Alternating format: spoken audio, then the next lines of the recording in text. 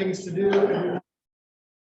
OSU football, so I'm going to keep us moving along. The first thing I want to do is invite Paige up, and we've got a very exciting new member to formally introduce this morning.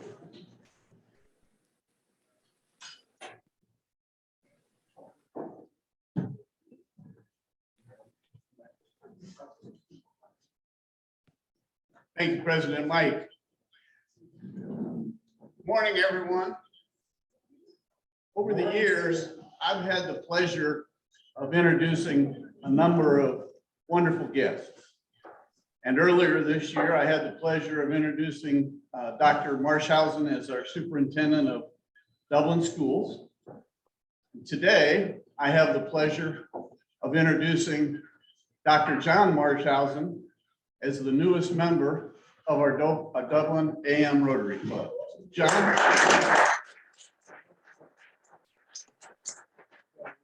We put it on the lapel. Lots of others. Craig here today asking where my roll of tide pin, but I decided not.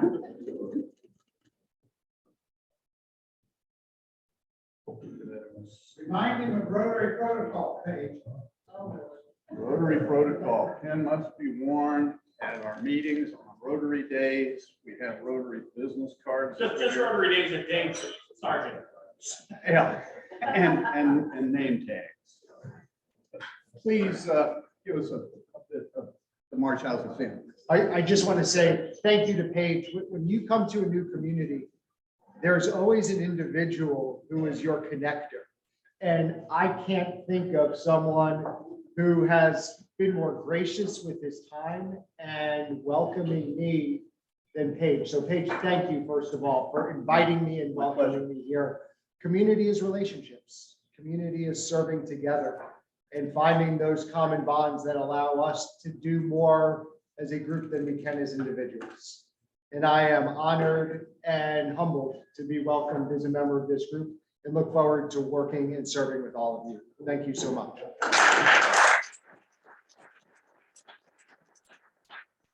All right, do we have any announcements this morning? Dave. Good morning, Rotary. Good morning. Listen, we're running low on sergeant at arms. If anybody's interested in being a sergeant at arms, please get a hold of me, let me know, and I can get you trained. Schedule, and be right in the midst of things. So, looking forward to having a few other additional volunteers, so we can kind of keep an even flow on the schedule. Thank you. Okay, just a reminder to sign up for the holiday party, which is December 2nd, if you haven't already. Any other announcements? All right, we have a member-to-member introduction this morning, Steve Schmidt and Peter Georgeton. Come on up.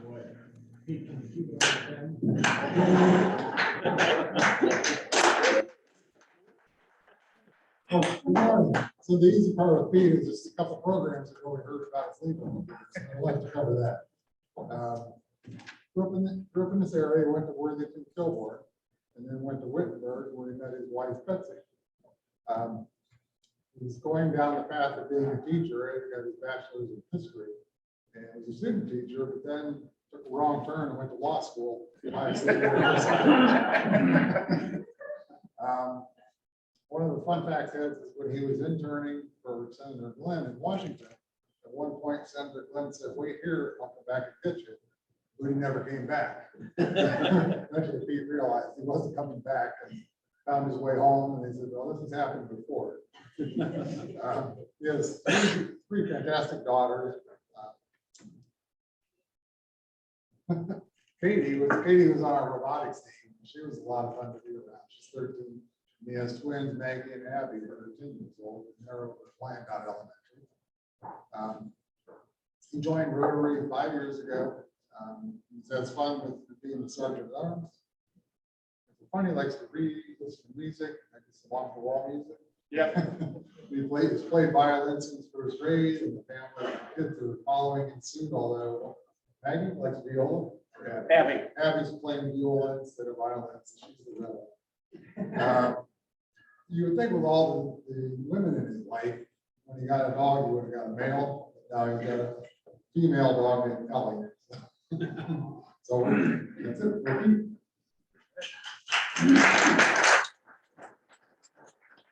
Steve, this is Steve Schmidt, you guys all know him, right? So I found out, I really like this process. We found out we got a lot in common, about the same height. So Steve grew up in Delaware. He's been married he met his wife Carol at OSU. They've been married for 42 years. He has a BS and MS in manufacturing engineering from OSU and worked at Patel for 25 years as a project manager. His last project was developing a neonate lung surfactant delivery system to help premature babies breathe. You'll have to ask Steve what that's all about. So he's got a daughter, Katie, who's in Chicago, works for the Federal Reserve, has a son, Robbie, who is 2 years old and is Steve's best buddy. And his son, Michael, is in Hilliard, works for Roush Honda as a master technician. And he entered his 1977 Chevy Nova into the car show, the Rotor Car Show recently. He served in the U.S. Air Force and the Ohio Air National Guard, and he does volunteering. Makes wooden toys all year to donate to families in need during the holidays. That's another similarity. I step on toys at my house. Delaware, he volunteers with Delaware County Historical Society in several roles, serves as treasurer of his HOA. And in his spare time, he's likes hiking and has hiked about 1/4 of the Appalachian Trail and enjoys cycling and camping. So that's Steve Schmidt, and really enjoyed getting to know Steve. And this is really a fantastic thing we do here for Rotary.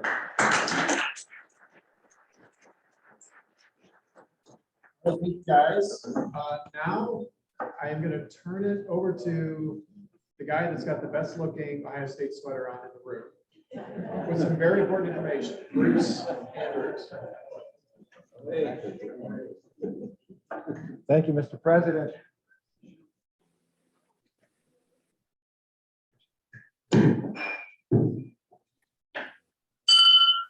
Always wanted to do that. Always wanted to do that.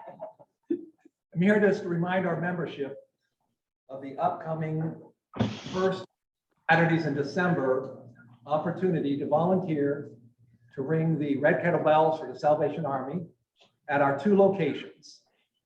I looked deep to find out the history of this event in our club, and I can't really find any information as to when our club first started doing this.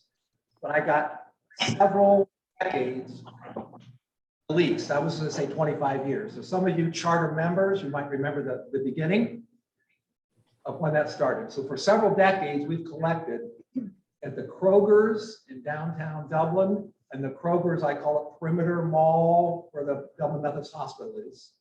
So for newer folks, when we had the situation the last couple of years, an opportunity on December the 4th or December 18th to sign up and volunteer to ring the bells. Shifts are 2 hours length. You got a bell buddy to do it with you. I looked at our, I'm sorry? And a dog. And a dog. I looked at our list. It's we're doing the e-sign up now. The club's doing a good job of pushing that. December 4th is almost all filled up. Thank you for everybody who's volunteered for that day. That's super to learn that. December 18th is a little thin right now, and we'll keep reminding folks we got a little bit of time. So check your holiday calendars if it's possible to fit in on a 2-hour shift, starting at 8, every 2 hours, ending at 6 would really be helpful. You can imagine Salvation Army. The need is indescribable right now. The number of folks who have stepped up needing help in the last couple of years, and collections are down. It's the tsunami that Salvation Army hopes to never have faced. They appreciate, without ability to describe it, our club's efforts, because we do a grand job every year. But we've got a problem this year. that is, for most of you who have been around for a little bit, you've been through some training in the past, but with the last couple of years and the events we've lived through, maybe things are a little fuzzy and foggy. Maybe your thinking isn't as clear as it used to be. So we're hired to have some booster training today. And fortunately, we just received the emergency approval from the CDC. We have gotten that from Professor Fiocchi, who runs the CDC, the Center for Belt Control. So the CDC, Center for Belt Control, has announced booster training. So for those of you who have never been to the training, this shot of information should be useful.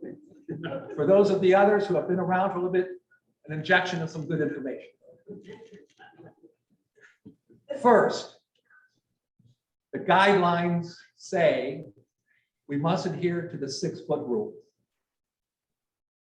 Pete, you remember what the 6-foot rule is, don't you? Yeah, when I lay down, I'm 6 feet long. There you go. Good guess. The 6 feet rule has to do with the collection bell and that vortex of collection in front of the bell, of the kettle. There's the kettle. One bell person's on this side, one bell person's on the other side. We know you're supposed to have good athletic position. Be on your game. One's ringing the bell, the one's standing there dutifully to protect that vortex of collection. That 6-foot zone where you don't want that innocent person with their cart to come by and stop and start talking and saying nice things when they're blocking the kettle. This person's job is to politely usher them to the side and continue that conversation over there so the collections can come right here. Change bell ringers. Don't let one person get worn out, because the worst thing can happen is what? Yeah, dropping the bell. Respect the bell. Don't go fumbling that. Protect it. Do the proper handoff. It's the two-handed handoff. None of this flip it to the guy or the woman, or just hand it over or set it down. You respect the bell. You never take your hands off the bell. You pass it over. They collect it from you and they start ringing. Final thoughts. Honor system, again this year. Night before your shift, we have a 3 a.m. curfew.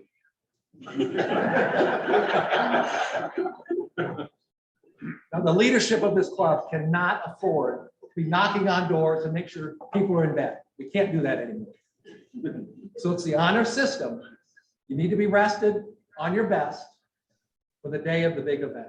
So thank you all who have signed up. And if you have not yet signed up, I encourage you to consider helping the cause, because 100% of everything collected goes to the needy. Thank you.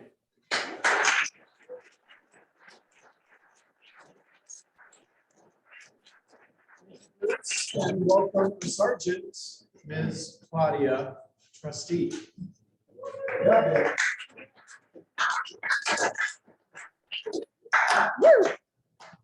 I work around here.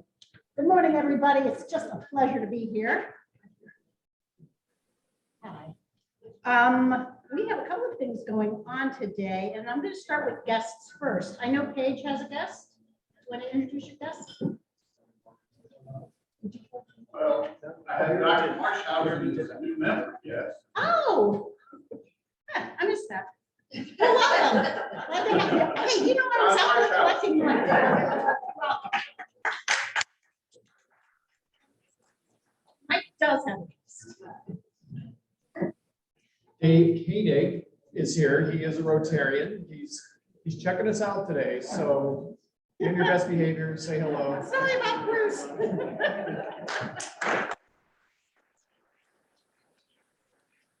So I'm wondering, is everybody ready for Thanksgiving? Looking forward to a holiday, enjoying it. There's something I've always really wanted to do, and that is a group. So could everybody on 1, 2, 3, gobble, gobble, gobble? 1, 2, 3. Thank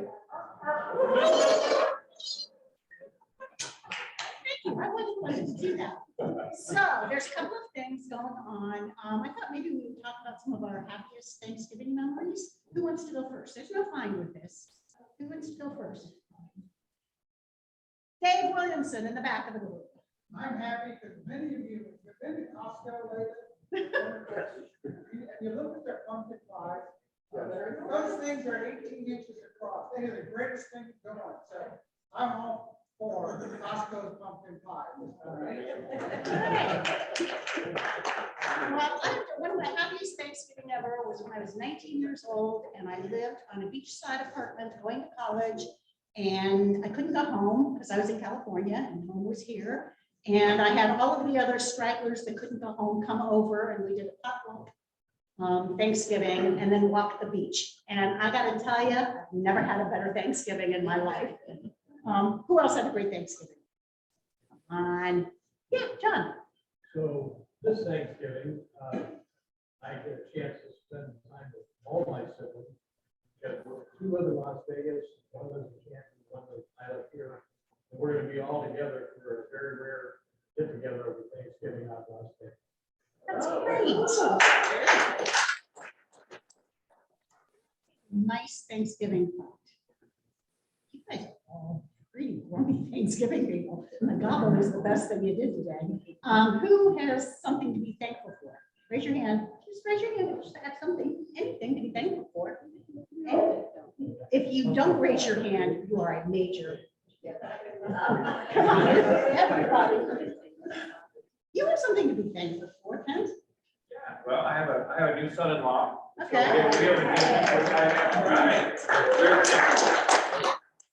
Everybody else, raise your hand. Thankful, thankful. Everybody, everybody, raise your hand. I'm not sure which part of that is so difficult. Raise your hand. We all have something to thankful for. If not, just our friends here, right?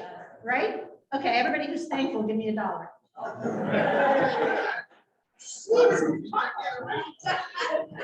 about pulling teeth. Okay, we're ready to do a raffle. Small pot today, 25. Big pot is 451. Let's see.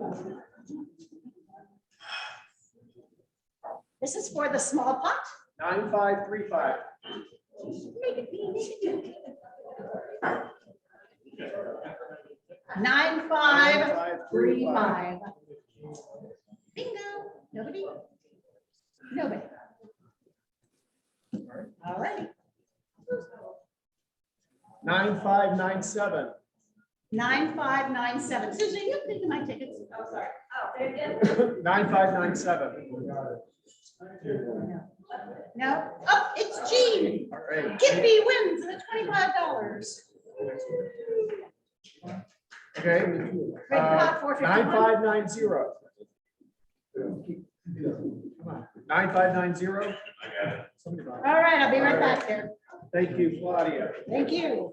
All right, welcome Aj up to introduce our guest speakers.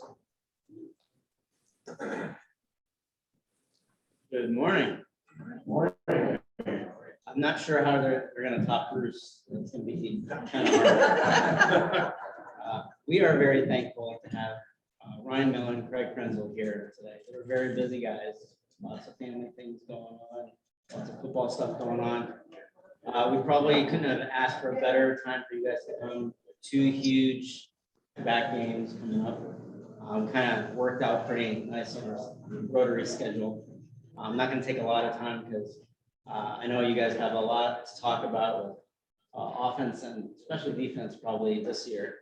So I'm going to turn it over to you guys to come on up and talk about OSU football. And anything else. This is great, and there's no way in the world we're going to top that. You're Craig, come on up here. We're going to do this kind of in tandem. But I guess since the way we're going to do this is kind of introduce one another, a set of things that are similar. I know that what we're similar, the way we're similar is we're both from that state up north. Okay, so that's kind of I don't really pause for the groans. So we both grew up in Michigan. Yeah, I always tell people, did you have any control over where you were born? And when they look at me and they say no, I say, well, then shut up. I like to tell people that, believe me, there's going to be two people that grew up in Michigan that you're going to see in heaven. It's these two. But anyway, aside from that, Craig is smart. I like to think I'm smart. I'm athletic. Craig likes to think he's athletic.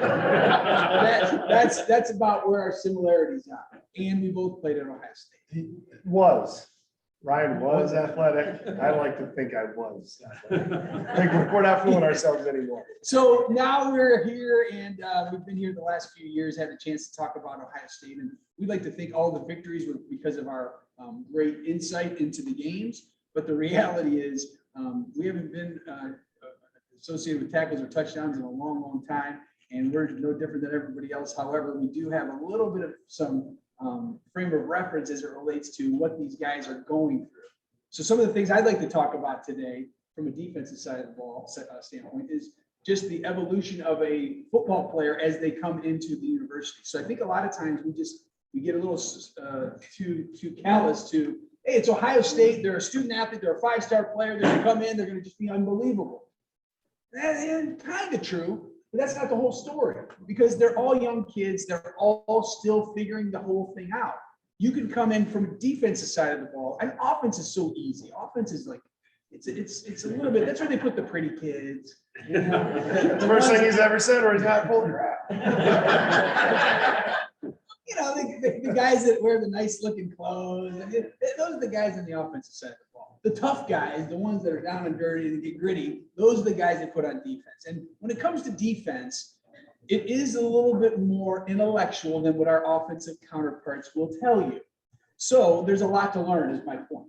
And when you're playing football, it's tough to describe other than to just tell you. You can make a mistake in practice, and the coach can yell at you, and you can try to make that correction.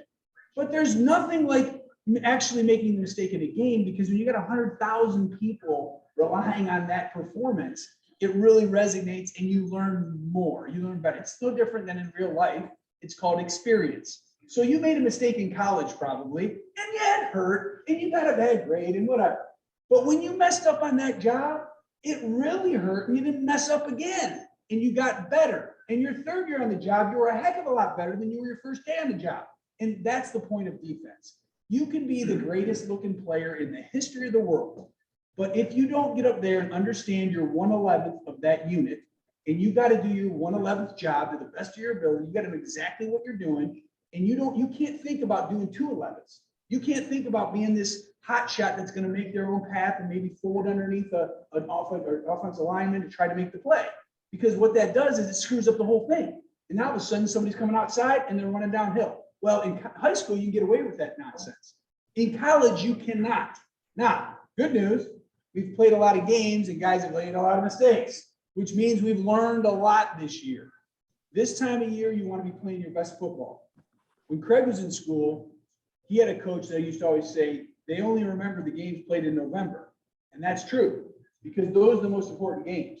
You have to be playing your best football right now. We haven't seen our best game out of our defense yet. I believe these next couple of weeks, we're going to start to see these guys playing a little bit better. I still think, you know, to be honest with you, it just takes some time for a young team to actually understand their role on the team. And then the whole camaraderie and the teamwork and everything. I know it sounds cliche, but you know, in your own businesses, sometimes you can have some all-star people, but if they don't all mix together well, you're not hitting on all cylinders until that one moment when they all come together and some leadership kind of steps up, and then bam, it's magical. I'd love to see that happen this weekend. I'd love to see us get a lot more pressure on the quarterback with just a 4-man rush. I haven't seen that a lot this year. I'd like to see our linebackers understand what their keys and their responsibilities are, their pre-snap keys. Once the snap happens, what their next steps are going to be, and trust themselves and go hard. It's tricky. It's a lot more complex than maybe a lot of people give credit. That's why sometimes it looks like we're so out of position. We're so slow. I hear this all the time. Why are linebackers so slow? They're not slow, man. You time them in a 40-yard dash, they're going to beat everyone in this room. They're unbelievably fast. Problem is, if you don't know what you're doing, you play slow. And I wasn't the fastest guy by any stretch, and Craig that's one thing Craig will agree with me on. But I knew what I was looking at, and I could anticipate what was going to happen because I'd done all the study and the film work, and I understood what was going on, so I could get to a spot quicker than maybe a guy that was faster than me. And that's kind of the chess match of football. We're not there yet on defense by any stretch, but I think that, again, we've got such an unbelievable offense, and I'll let him talk about our offense. We've got such an unbelievable offense that if I was playing our offense, I wouldn't know how to defend it, because they've got every piece of the puzzle. They have the ability to really exploit any weakness that I have on defense. So I know that Michigan State, I know they have a good running game. I know they always have some really tough guys up front, but at the end of the day, they're not going to be able to put 11 guys on the football field on their defense that are going to be able to handle what our offense brings to the table. And I'm sure Craig, again, he's going to expound on the offense, but I'm sure he can say the same thing when I was talking about experience from our defense. He'd probably say the same thing about our quarterback and some of our young players that we've got on offense. So I'll shut up for a second and let the real reins of the operation take over. Ryan Miller. The thing that I love about Ryan is one of these days I'm going to remember to bring like a little notepad to just like jot notes while he's talking so I can remember the things that I want to say. But did anybody else in the very beginning there feel like an Eskimo and Ryan's trying to sell you ice? Like, he had me excited that the defense sucks. That's how awesome Ryan is. No, but right. What a crazy time we live in, right? Left is right, up is down. Ohio State's offense is great, the defense is not. I mean, it's just things that we don't anticipate when you think about Buckeye football. But offensively, obviously, not to take a whole lot of time here, because what we love to do is get to the Q&A with y'all. But it's really, really, really easy to play really, really good football when you're just that much better than the team you're playing. And when you look at this Buckeye offense, weapons, I was very blessed. Okay, I was blessed to play with first and foremost a group of guys that was I can't imagine anybody that outworked us. I can't imagine anybody that was physically tougher than the guys that I played with. Obviously, Ryan say the same thing, but I'm just saying, top to bottom. But what I was most proud about with my teammates was not just the physical toughness, but the mental toughness. So, I'm not trying to say that we weren't incredibly talented or didn't have a ton of weapons ourselves and guys like Michael Jenkins and Chris Campbell. But I look at CJ and, he's got what I had behind him with Travion Henderson, right? I mean, he's got a modern day Maurice Clarett, true freshman. Only true freshman, I think, to be a Doak Walker finalist this year. One of 5, I think, to rush for over 1,000 yards. I think he needs only 1 to break Reese's freshman record for touchdowns. So obviously stud, right? I mean, Travion is incredibly talented. But when you see guys like that at a young age step on the field and do what he's doing, it's not their talent that separates them. Like Ryan just said, these guys aren't slow. These guys aren't weak. They're not, they're in the weight room throwing around weights that would make all of us go, oh my goodness.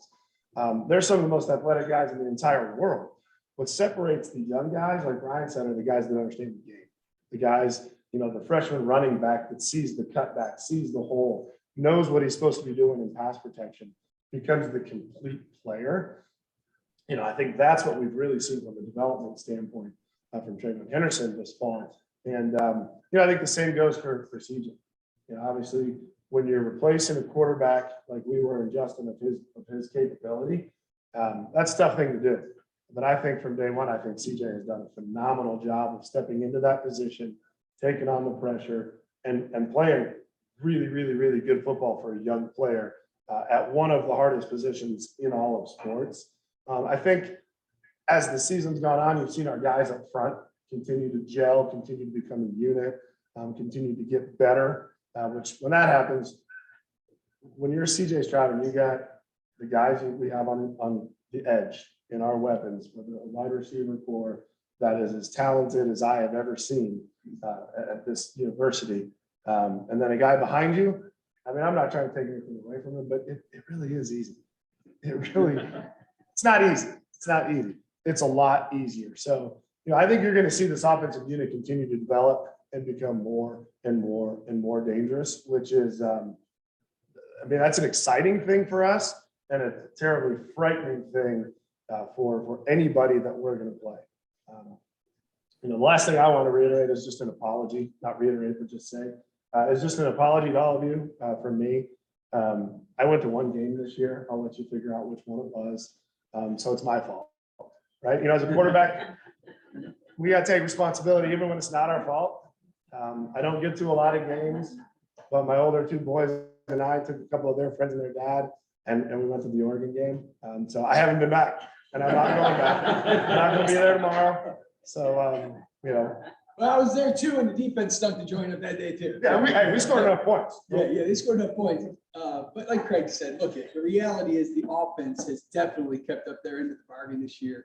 If we get the defense to click, that's why football is the ultimate team sport. It's such a fun thing to watch each and every year. Every team is different. I know they're wearing the same uniforms that we wore, but it's a different team.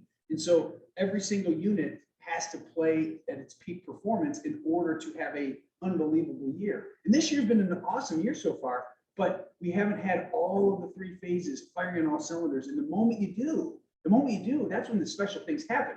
We're still waiting for all three phases. I don't know if that's good or bad, because there's some level of me that has seen teams peak and fire on all cylinders early in the season, and then all of a sudden kind of fall off of the beaten path.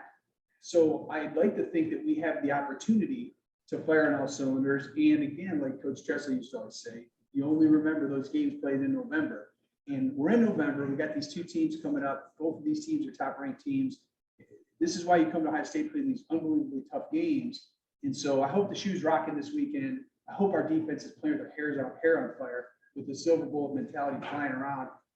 Because if we can do that, put the pressure on the opponent to try to come from behind, I don't think this opponent can do that against Ohio State. Because there's just, like Craig said, I came to Columbus 20 some odd years ago. We're celebrating, by the way, our 25th anniversary of the Rose Bowl back in 1997. That's how old I'm getting.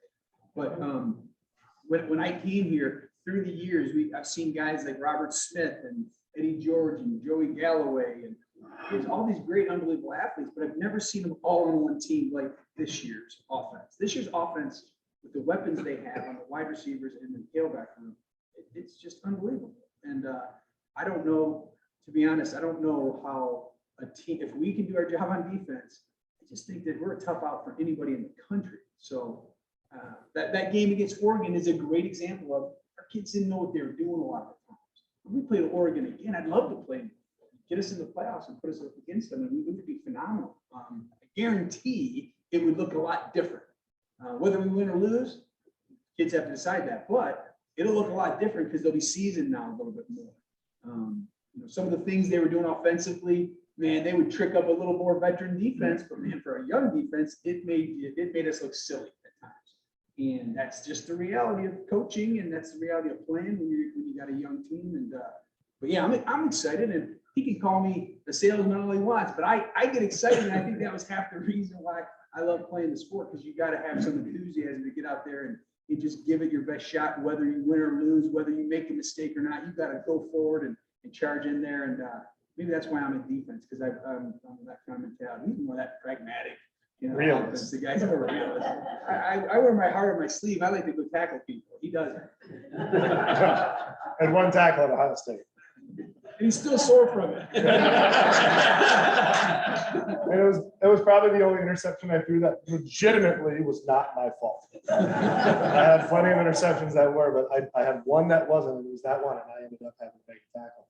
I think the exciting thing about the next, 6 weeks, 7 weeks, or whatever we're going to go, I guess, whoever knows how long it is, but, taking this thing into January, the exciting thing about it is to expound a little bit on what Ryan was just saying. I don't think there's a real complete team in the whole country. I think Georgia is about as close as you're going to find to top to bottom offense, defense, 3-phase complete team.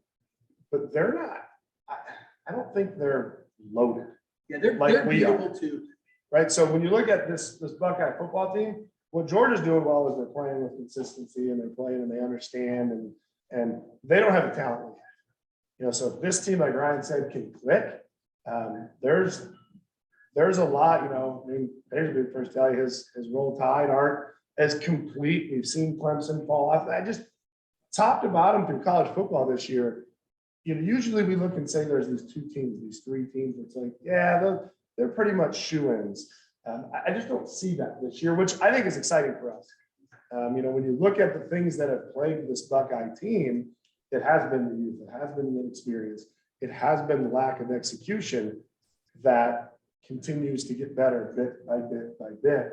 And when you have the talent that we have, I think there's a tremendous opportunity for this football team to take care of business for 3 more games here in the regular season and throughout the Big Ten schedule and the Big Ten championship and go make a splash. I can tell you right now, if we sit at number 4, Georgia don't want to play us. They're going to look and say, how come we can't play 2 or 3? That's just the level of talent this football team has.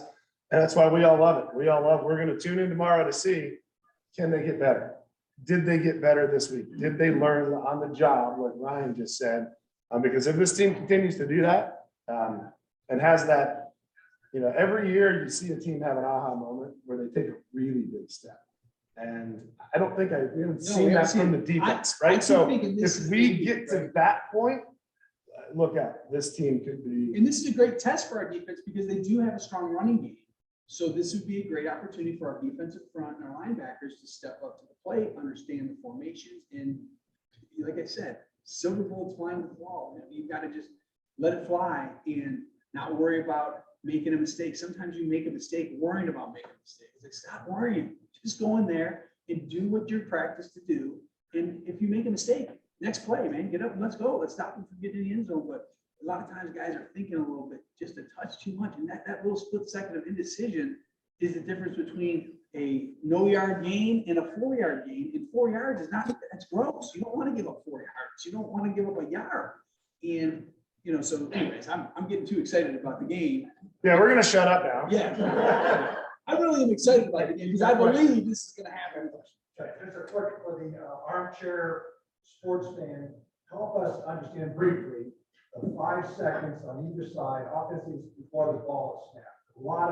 I'm always wondering, everybody steps back, everybody's looking at the sidelines, people are there waving their arms and pretty much, I'm assuming we're sending signals. Awesome in. question. So I got Yeah. a really good story about this actually with my professional, albeit brief career. So it's chaos. That's the simplest way to put it. Pure chaos. Like if you could imagine your mind racing, and I can only speak, obviously we can only come at it from our individual positions.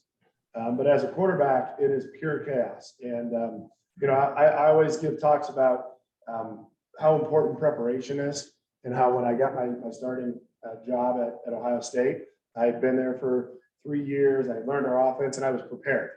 So as a quarterback, when you walk up to the line of scrimmage, you're looking at the play clock and there's 12 seconds and you're walking in, you broke the huddle, the play, you're walking up and it's 3rd and 4, you're on the plus 30. There's a walking line of scrimmage, your personnel, your formation, you're looking at where they're lining up. Shade nose tackles here, Mike linebackers, on his side, free safety is cheating real wide to the hash as you come walking up. It's 3rd and 4, on 3rd and 4 in the plus 30, you're not quite the red zone, but you're just knocking on the door. They like to run one of these 3 coverages. You're looking play clocks at 7, making sure you're putting your guy in motion, you're watching, all right, nobody moves in motion, it's not man. Safety's getting real wider, that corner's pressed real heavy inside, 3 seconds left on the play clock, catch the ball, look over to your left, corner's coming, you knew it because the free safety was there, the shade nose was there, right? That's real easy. Keep in mind, you got 5 guys running all over the field and doing this, right? So chaos, okay? So the joke is, my rookie year with the Chicago Bears, my very first start was Sunday Night Football against the San Francisco 49ers. It was a rematch against Ken Dorsey, and that one turned out good for us too. But I would call the play in the huddle. and broke the lock or broke the huddle lock line of scrimmage, thinking to myself, what did I just say? Trying to remember the play, who's supposed to be where, and I've been here for about 8 weeks, and we're running one of the more complex offenses in the NFL, and I'm walking the line of scrimmage, and yeah, I think he's supposed to be here. He was a second round pick 4 years ago. Screw him, that's not my fault. Looking in, walking around, looking at her, what's the play, where's the safety? Oh, there's 3 seconds, give me the ball, right? Well, so as I'm doing that, 3 seconds. That's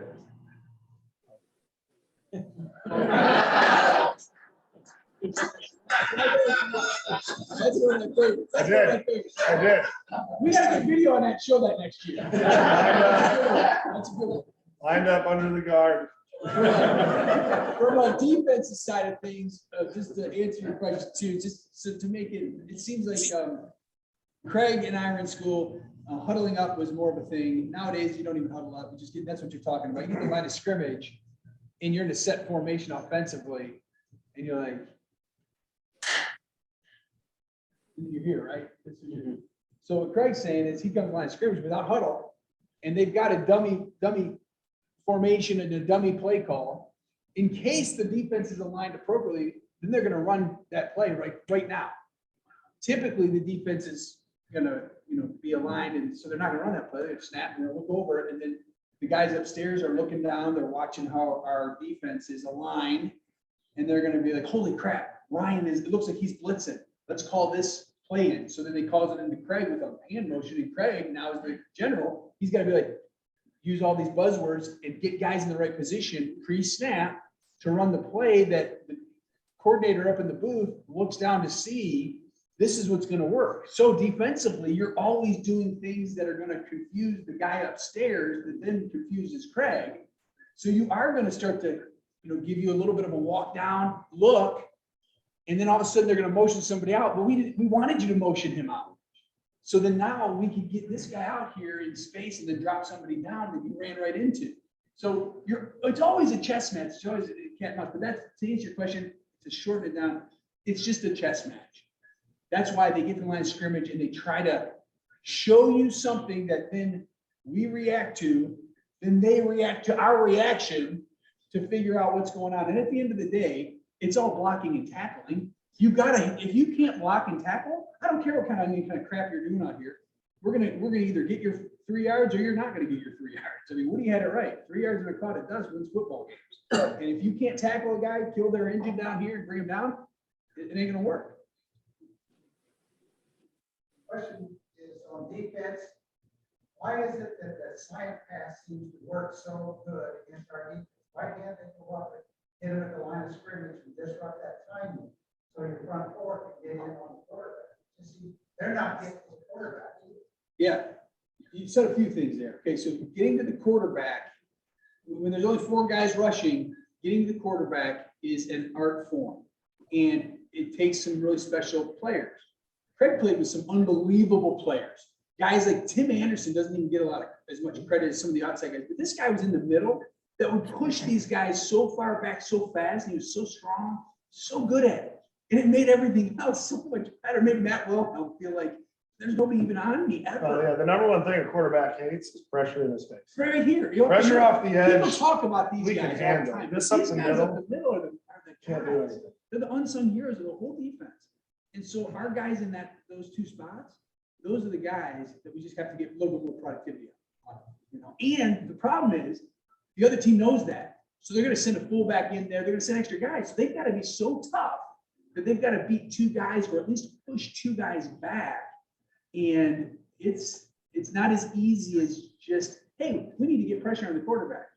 Well, let's go over and tell Ryan Day that and see what he said. Well, yeah, of course we got to get pressure on the quarterback. I mean, figuring it out. So it's hard. Now, as far as that slant route, again, like Craig's going to tell you, I mean, if you get up there, he's going to do some things to move a guy pre-snap to let that route open. There's probably 10 times a game where Craig's trying to move that guy and the guy doesn't move, so he doesn't throw a slant.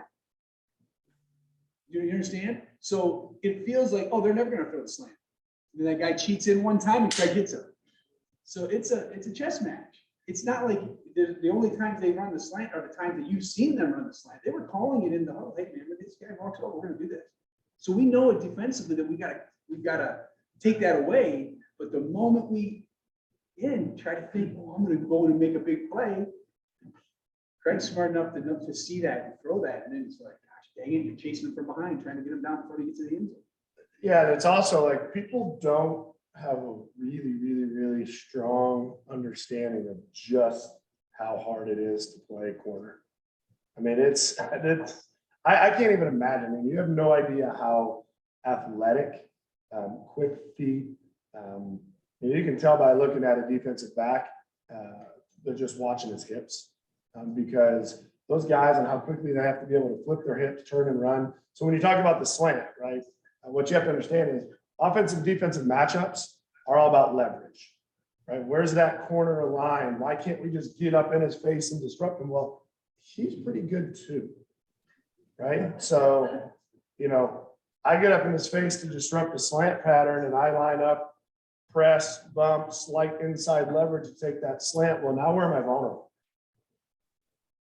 Well, I'm vulnerable for a 52-yard touchdown over my head when I'm up there, right? So that's where I miss. Now, what's everybody else doing behind me? All right, well, let's take away the slant, inside leverage, maybe not full press, or maybe get up there and bump and play cover two. We got a linebacker dropping into the slant window, safety over the top. So if I get beat outside, that's where I want him to go as a receiver. All right, well, guess what now they can do? What are they going to do against two high safeties? Well, now they're going to pound us up the middle and run the football because we're committing. We don't get that extra guy down in the box, right? So that chess match, that game of It's so fun to see like that chess match. it's not quite that easy, especially right now with the defense, that we need that extra guy in the box to create havoc, stop the run. Tomorrow, you're gonna see That's a why lot it's a of big 8-man game boxes. because they have a really strong running game. So we're going to negate their running game. We bring another stronger guy into the box, But now our guys on the edge, which means we're putting a lot of pressure on our corners to do exactly what Craig says. So if we get beat over the top, it's probably because we had to commit an extra player into the box to stop the run because we respect their running game so much. And so if they're running the ball, that opens up the passing game. Can we get a quick prediction on the score tomorrow for both of you? I'll go first. No, I actually, I'm gonna be careful here. I'm looking forward to seeing how good we are sitting at 4. Well, we're really. And I'm we're really looking forward to seeing how good is Michigan State. I just don't know. Offensively, I don't know that they really threaten us with a true two-dimensional offense. I like the way we look tomorrow. I do. What's the spread? What's the spread in the game? 19. Yeah, 19? I'm gonna say we click in all phases and we cover the spread tomorrow. I'm gonna say I would probably take the points only because of our defense. I'm only saying that because Brian's here. I think it's gonna be like 42 to 28 or something like that. I think we're gonna put up a lot of points. I know we're gonna. I know we're gonna put up points because we're unbelievable offensively. And I think Now watch, we're gonna win like 17. yeah, but I believe we're gonna score a lot of points. And I think Michigan State's the kind of team that's just tough to come back, and they're gonna end up doing some silly things, which is either turn the ball over or just going 3 and out when they didn't want to, and give us the ball back, which is the most dangerous thing you can do, is give Ohio State more opportunities to score. So I'd say cover the spread. So whatever that means. All right, it could be 52 to 30. Thank you guys for being here. Thanks so much.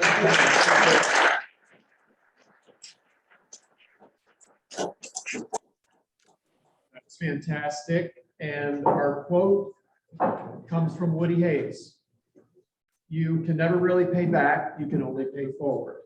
Next week, we have no meeting. Happy Thanksgiving and go Bucks.